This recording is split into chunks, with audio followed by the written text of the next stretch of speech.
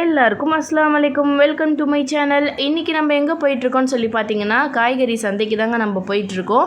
கல்பாக்கத்தில் சூப்பரான ஒரு சந்தை இருக்குதுன்னு சொல்லி சொன்னால் நீங்கள் நம்புவீங்களா? ஆமாங்க, நம்ம கூவத்தூர் சந்தையில் வந்து வாரத்தில் ஒரே ஒரு நாள் மட்டும்தாங்க அந்த சந்தை இருக்கும். சனிக்கிழமை மட்டும்தான் இருக்கும். ஃபஸ்ட்டு 2 நாள் வச்சுருந்தாங்க, புதன்கிழமையும் சனிக்கிழமையும் வச்சுருந்தாங்க. ஆனால் இப்போ மாற்றிட்டாங்க, சனிக்கிழமை மட்டும்தான் இந்த சந்தை ஓப்பனில் இருக்கும். பார்த்தா எல்லாருமே இங்கே தாங்க வந்து பர்ச்சேசிங் பண்ணுவாங்க. நீங்கள் வந்து ஒரு 4:30 மணிக்கு கரெக்டாக ஒரு 5 மணிக்கு இல்லைனா 6 மணிக்கு போனீங்கன்னா இந்த மாதிரி ஃப்ரீயாக போய் நீங்கள் வாங்கிட்டு வரலாம். 4:30 மணிக்கெலாம் நீங்கள் போனீங்கன்னா அப்போ தான் காய்கறிலாம் எடுத்து வச்சுக்கிட்டே இருப்பாங்க. உங்களுக்கும் கொஞ்சம் டைம் ரொம்ப லேட் ஆகும். ஆனாலும் அவங்க அவசர அவசரமாக நீங்கள் கேட்குறதுனால கொஞ்சம் ரேட் அதிகமாக விற்கிறதுக்கும் வாய்ப்பு இருக்குது. ஆனால் நீங்கள் லாஸ்ட்டாக நீங்கள் போய் வாங்குறீங்க, ரொம்ப ஒரு 8:30 மணிக்கு 8 மணிக்கு நீங்கள் போய் வாங்குறீங்கன்னு சொல்லி பார்த்தீங்கன்னா அவங்க சீப் ரேட்டில் உங்களுக்கு கொடுத்துட்டு போயிடுவாங்க.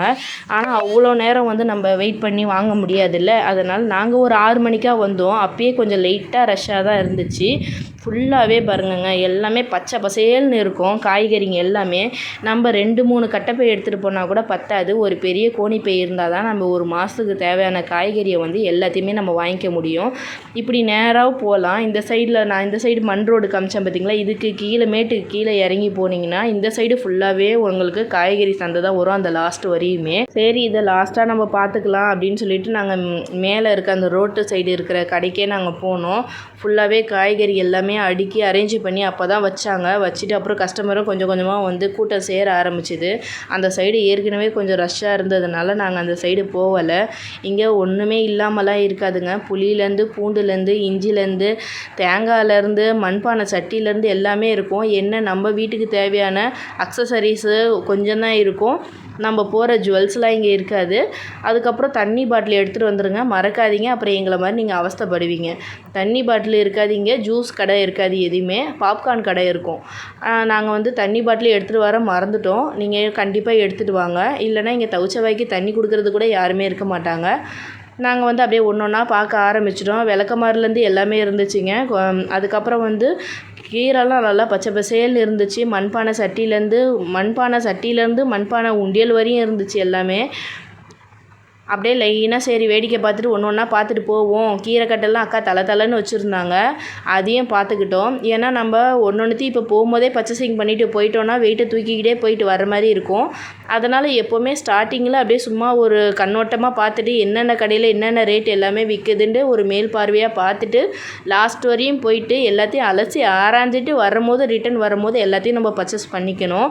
அப்போ தான் நம்ம ரிட்டன் வரும்போது அப்படியே எல்லாத்தையும் பர்ச்சேஸ் பண்ணிக்கிட்டே நேராக வீட்டுக்கு போகிறதுக்கு கரெக்டாக இருக்கும். நாங்கள் இந்த கடையில் தான் வெங்காயம் வாங்கினோம். வெங்காயம் நல்லா இருந்துச்சு ஒரு அளவுக்கு. சரி இங்கே வாங்கிக்கலாம் அப்படின்னு சொல்லிட்டு, ஏன்னா இது என்னைக்காச்சும் ஒரு வாட்டி தான் நமக்கு வந்து காய்கறி கொஞ்சம் வந்து இதுவாக இருக்கும், கொஞ்சம் வதங்கின மாதிரி இருக்கும். மற்ற டைம் எப்போவுமே வந்து இங்கே ஃப்ரெஷ்ஷாக தான் இருக்குமே. நாங்கள் வெங்காயம் வந்து இங்கே 7 கிலோ 100 ரூபா அப்படின்னு சொல்லி சொன்னாங்க. சரி கொஞ்சம் பார்க்கவும் நல்லா இருந்துச்சு வெங்காயம். சரி இங்கேயே வாங்கிக்கலான்னு சொல்லிவிட்டு நாங்கள் 7 கிலோ வாங்கிக்கிட்டோம் வெங்காயம். 3.5 கிலோவாக போட்டார் தனித்தனியாக, அதையும் நாங்கள் வாங்கியாச்சு. ஆனால் போன மாதம் நாங்கள் வந்து வாங்கினதுக்கு எல்லாமே ரேட் அதிகமாக இருந்துச்சு. இந்த மாதம் எதனால் ரேட்டு கம்மியாச்சுன்னே தெரியல. நீ என்ன 7 கிலோ வெங்காயத்தை எடுத்துகிட்டு போய் அவ்வளோத்தையும் என்ன பண்ணுவேன் அப்படின்னு சொல்லி கேட்டிங்கன்னா, ஒரு மாதத்துக்கு நான் வச்சுக்குவேன். ஒரு மாதத்துக்கு வந்து நான் அந்த வெங்காயத்தை எல்லாமே வந்து நான் கரெக்டாக கொஞ்சம் காய வச்சுக்குவேன். நம்ம வந்து காய்கறி வாங்குறது பெருசு கிடையாது. அந்த காய்கறி எப்படி நம்ம சேஃப்டி பண்ணி வச்சுக்கிறோம், ஒரு மாதத்துக்கு இதை நம்ம எப்படி கெட்டு போகாமல் வச்சுக்கிறோம் அப்படின்றது தான் இருக்குது நம்ம திறமையே.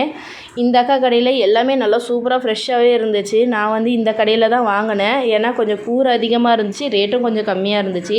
நான் வாங்குகிற வெங்காயத்துலேருந்து இஞ்சி பூண்டுலேருந்து அதுக்கப்புறம் பச்சை மிளகாலேருந்து எல்லாமே கூறு 20 ரூபா தானே வச்சுருந்தாங்க. சரி வெண்டைக்காய்லாம் நல்லா பிஞ்சு வெண்டைக்காவாக இருந்துச்சு, அதையும் நான் வாங்கி இதில் போட்டுக்கிட்டேன். கோஸ் வந்து ஒரு கோஸு நீங்கள் எவ்வளோன்னு சொல்லி அங்கே விற்கிதுன்னு சொல்லி எனக்கு தெரியாது. ஆனால் இங்கே வந்து ஒரு முழு கோஸு வந்து 30 ரூபான்னு சொன்னாங்க. சரின்னு சொல்லி ஒரு முழு கோஸு வாங்கிக்கிட்டேன். அந்த சைடு ஒரு அண்ணன் உட்காந்துருக்காருல, அவர்கிட்ட பக்கத்தில் தான் இருக்கிறாங்க. இவங்கக்கிட்ட 30 ரூபான்னாங்க, அவங்கக்கிட்ட வந்து 40 ரூபான்னு சொல்லி சொன்னாங்க. சரி இந்த பாட்டிக்கிட்டே நம்ம வாங்கிக்கலான்னு சொல்லிவிட்டு 30 ரூபாய்க்கு இந்த பாட்டிக்கிட்டே நான் ஒரு கோஸ் வாங்கிக்கிட்டேன். பீட்ரூட்லாம் கூட நல்லா ஃப்ரெஷ்ஷாக பெருசாக இருந்துச்சு, அதையும் வாங்கிக்கிட்டே. கோவக்காவும் வந்து நல்லா இருந்துச்சு பார்க்குறதுக்கு, நல்லா குட்டி குட்டியாக. முருங்கைக்காய் கூட சேர்ந்து கோவக்காவை போட்டு சமைச்சோன்னா செம்ம டேஸ்ட்டாக இருக்கும். இல்லைன்னா கோவக்காய் ஃப்ரை பண்ணால் கூட நல்லா டேஸ்ட்டாக தான் இருக்கும். என் பசங்கள்லாம் சும்மாவே கோவக்காவை எடுத்து சாப்பிட ஆரம்பிச்சிருவாங்க. சரின்னு சொல்லி எதுக்கு சும்மா சாப்பிட்டா என்ன, அது செஞ்சு சாப்பிட்டா என்ன, எப்படி இருந்தாலும் வயிற்றுக்குள்ளே தானே போகுது, சத்து தானே அப்படின்னு சொல்லிட்டு நான் வாங்கிக்கிட்டேன். அதுக்கப்புறம் எவ்வளோ என்ன ரேட்டுன்னு சொல்லி கேட்டால் இது 20, அது 20, அது 30, அது 40ன்னு சொல்லிட்டு இப்பா லிஸ்ட்டு பெருசாக போயிட்டு இருந்துச்சு. அங்கேயே ஒரு 400 300 கிட்ட கரெக்டாக காலி ஆகிடுச்சு. 20 ரூபாவா காலி ஆகிடுச்சு. அதை கொடுத்துட்டு அதுக்கப்புறம் சரி அப்படியே கொஞ்சம் முன்னாடி போயிட்டு வேறு எதனா இருந்துச்சுன்னா போய் வாங்கிட்டு வரலாம் அப்படின்னு சொல்லிட்டு அப்படியே பார்த்துட்டு நாங்கள் கிளம்ப ஆரம்பிச்சிட்டோம். அதுக்கப்புறம் என்ன உருளைக்கிழங்கு பார்த்தோம். உருளைக்கிழங்கு வந்து நல்லா பெருசாக நல்லா சூப்பராக வச்சுருந்தாங்க. ரொம்ப பெருசாகவும் இல்லை, ரொம்ப சின்னதாகவும் இல்லை, கொஞ்சம் திட்டமான சைஸில் இருந்துச்சு. சரி உருளைக்கிழங்கு தான் நமக்கு அதிகமான தேவைக்கு இருக்குது. என் பிள்ளைங்க உருளைக்கிழங்கு சோறு செஞ்சு கொடுன்னே சொல்லிட்டு மாதத்துக்கு 1 கிலோ 2 கிலோ காலி ஆயிரும். சரி 2 கிலோ உருளைக்கிழங்கு வாங்கிக்கலான்னு சொல்லி எடுத்து பார்த்தா நல்லா ஃப்ரெஷ்ஷாக சூப்பராக தான் இருந்துச்சு. சரின்னு 2 கிலோ அண்ணே உருளைக்கிழங்கு கொடுங்கன்னு சொல்லி கேட்டோம். பக்கத்தில் புடி கருணை வச்சுருந்தாங்க, அதுவும் நல்லா தான் இருந்துச்சு. கேரட்லாம் செம்ம ஃப்ரெஷ்ஷாக இருந்துச்சுங்க. அந்த பீன்ஸ் எல்லாம் பாருங்களேன் செம்மையாக இருந்துச்சு. எல்லாமே நல்லா தளன்னு இருந்துச்சு. எதை வாங்குறது எதை விட்றதுனே தெரில. கண்டிப்பாக நீங்கள் சந்தைக்கு வந்தீங்கன்னா ஒரு 1000 ரூபாயிலேருந்து 1500 வரையும் எடுத்துகிட்டு வாங்க. இந்த 500 வச்சுட்டு நம்ம மேட்ரை முடிச்சிடலான்லாம் பார்க்க முடியாது. ஏன்னா எல்லாமே நல்லாயிருக்கும். எல்லா காய்கறியும் வாங்கிக்கலான்னு தான் நமக்கு தோணும். உங்களுக்கு வந்து காய்கறியெல்லாம் எப்படி வந்து ஸ்டோர் பண்ணுறது, எப்படி கெட்டு போகாமல் 1 மாதத்துக்கு நம்ம வச்சுக்கிறதுன்னு சொல்லி உங்களுக்கு வீடியோ வேணும்னா கமெண்டில் சொல்லுங்கள். நான் கண்டிப்பாக உங்களுக்கு அந்த வீடியோ போடுறேன். நான் 1 மாதத்துக்கு இப்போ வாங்குகிற காய்கறி எல்லாத்தையுமே வச்சுக்குவேன். அதுக்கு இடையில் நான் காய்கறியே வாங்க மாட்டேன். ஆனால் ஃப்ரெஷ்ஷாக தான் நான் யூஸ் பண்ணுவேன். இந்த கூறு எல்லாமே 20 ரூபா தாங்க. கொத்தவரங்காய் பார்த்திங்களா நல்லா எவ்வளோ ஃப்ரெஷ்ஷாக தலன்னு இருக்குதுன்ட்டு. இங்கே ஸ்நாக்ஸ் ஐட்டம் கூட இருக்குது. நான் சொன்ன மாதிரி ஸ்நாக்ஸ்லேருந்து பாப்கார்ன்லேருந்து எல்லாமே இருக்கும். சமோசா கொண்டு இருக்கும். ஆனால் தண்ணி தான் இருக்காது இங்கேயே சோப்பு சீப்பு கண்ணாடி எல்லாமே இருக்கும். அதுக்கப்புறம் மாங்காய்லேருந்து முருங்கைக்காய்லேருந்து கீரையிலேருந்து எலுமிச்சை பழத்துலேருந்து எல்லாமே இங்கே தான் விற்கும். ஒரு கட்டு முருங்கைக்காய் வந்து 20 ரூபான்னு சொல்லி சொன்னாங்க. சரி நான் ஒரு கட்டு எங்கள் மாமியார் ஒரு கட்டுன்னு சொல்லி 2 கட்டு வாங்கிக்கிட்டோம். 40 ரூபா கொடுத்துட்டு சரி அங்கேருந்து கிளம்பலான்னு சொல்லிட்டு அப்படியே கொஞ்சம் முன்னாடி போனோம். நாங்கள் வந்தது கரெக்டாக ஒரு 6 மணி இருக்கும். அப்படியே பொழுது சாஞ்சு நைட்டே ஆயிடுச்சு. ஒரு 7:30 மணிக்கிட்ட ஆயிடுச்சு. நேரம் ஆக ரொம்ப கூட்டம் ரஷ் ஆயிரும் நமக்கு. அதனால் எவ்வளோ சீக்கிரம் நம்ம வாங்கிட்டு வர முடியுமோ அவ்வளோ சீக்கிரம் வாங்கிட்டு வந்துடணும். இந்த கடையில் தக்காளி வந்து நல்லா ஃப்ரெஷ்ஷாக இருந்துச்சு. சூப்பராக ரேட்டும் கொஞ்சம் நல்லா இருந்துச்சு. 2.5 கிலோ தக்காளி வந்து 50 ரூபான்னு சொல்லி சொன்னாங்க. சரி 5 கிலோ கொடுங்கன்னு சொல்லிவிட்டு அதையும் நாங்கள் வாங்கிக்கிட்டோம். சின்ன வெங்காயத்துக்காகவே தனியாக ஒரு டெம்போ நின்றுட்டு இருந்துச்சு. அந்த டெம்போவில் வந்து 1 கிலோ வெங்காயமா இல்லை 2 கிலோ வெங்காயமான்னு சரியாக தெரியல. ஏன்னா நான் வாங்கலை, எங்கள் மாமியார் வாங்கினாங்க. அது வந்து 2 கிலோ வெங்காயம் வந்து 50 ரூபான்னு சொல்லி சொன்னாங்க. சரின்னு சொல்லிவிட்டு நீ 1 கிலோ எடுத்துக்கோ, நான் 1 கிலோ எடுத்துக்கிறேன்னு சொல்லிவிட்டு 50 ரூபாய்க்கு நாங்கள் வாங்கிட்டு அங்கேருந்து கிளம்பிட்டோம். அந்த டெம்போவுக்கு பக்கத்துலேயே வந்து பூக்கடை இருந்துச்சு. அதுக்கு ஆப்போசிட்லேயே வந்து இந்த பழக்கடை இருந்துச்சு. பழம்லாம் நல்லா ஃப்ரெஷ்ஷாக தான் இருந்துச்சு. பேரிக்காய் மட்டும் கொஞ்சம் வதங்கின மாதிரி இருந்துச்சு. மற்றபடி பழம்லாம் நல்லா தான் இருந்துச்சு இந்த அக்கா கடையில். என்னடா இந்த பிள்ளைங்க எல்லா பழத்தையும் எடுத்து பார்க்குதுங்களே, வாங்க தான் போதுங்க போட்டிருக்குன்னு அந்த அக்காவும் சரி வீடியோ எடுத்துக்கிறதுக்கு அலோவ் பண்ணாங்க. பார்த்தா நாங்கள் வாங்கலன்னோன்னு கடைசியாக ஒரு லுக்கு விட்டாங்க பாருங்கள்.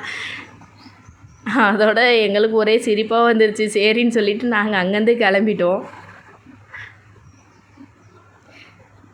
எப்படி நீ வீடியோவும் எடுத்துக்கிட்டு காய்கறியும் வாங்குறேன்னு நினைப்பீங்க. என் கூட ஒரு 2 பிள்ளைங்க சின்ன பிள்ளைங்க இருக்கும். எப்போவுமே என் சிஸ்டர் மாதிரி இருப்பாங்க என் கூடவே.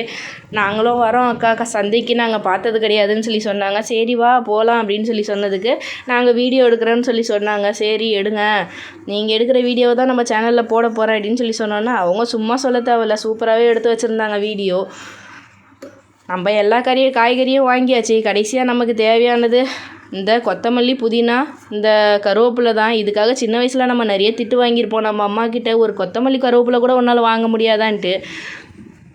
இங்கே பார்த்தீங்கன்னா கருவாடு வச்சுருந்தாங்க, சூப்பராக இருந்துச்சு. ஆனால் ஒரு கூறு 50 ரூபான்னு சொல்லி சொன்னாங்க. சரின்னு சொல்லி அதையும் நாங்கள் வாங்கிக்கிட்டோம். அலுமினிய பாத்திரம் வச்சுருந்தாங்க, அதையும் பார்த்துக்கிட்டு அதுக்கப்புறம் சோப்பு சீப்பு கண்ணாடி லைட்ரு வளையல் குப்பை மரம் அப்புறம் கத்தி இந்த மாதிரி பேன் சீப்புலேருந்து ஜல்லடை கொண்டு எல்லாமே இருந்துச்சு இந்த அக்கா கடையில்.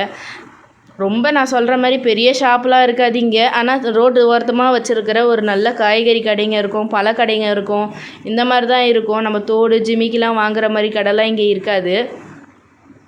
கடைசியாக நாங்கள் கொத்தவரங்காய் பார்த்துட்டு போனோம் பார்த்தீங்களா, நல்லா தலன்னு இருந்துச்சு. அதையும் சரி எதுக்கு விடணும்னு சொல்லி அதையும் வாங்கிக்கிட்டோம். கூறு 20 ரூபான்னு தான் சொல்லி சொன்னாங்க. அதையும் நாங்கள் வாங்கிட்டு எங்களோட பர்ச்சேசிங் எல்லாமே முடிஞ்சிச்சு. அதோடு நாங்கள் வீட்டுக்கு கிளம்பிட்டோம். இந்த வீடியோவை நீங்கள் பார்த்துருந்தீங்கன்னா கண்டிப்பாக போய் நீங்களும் பர்ச்சேசிங் பண்ணுங்கள். நெக்ஸ்ட் வீடியோவில் உங்களை சந்திக்கிறேன். அஸ்ஸலாமு அலைக்கும். தேங்க்ஸ் ஃபார் வாட்சிங்.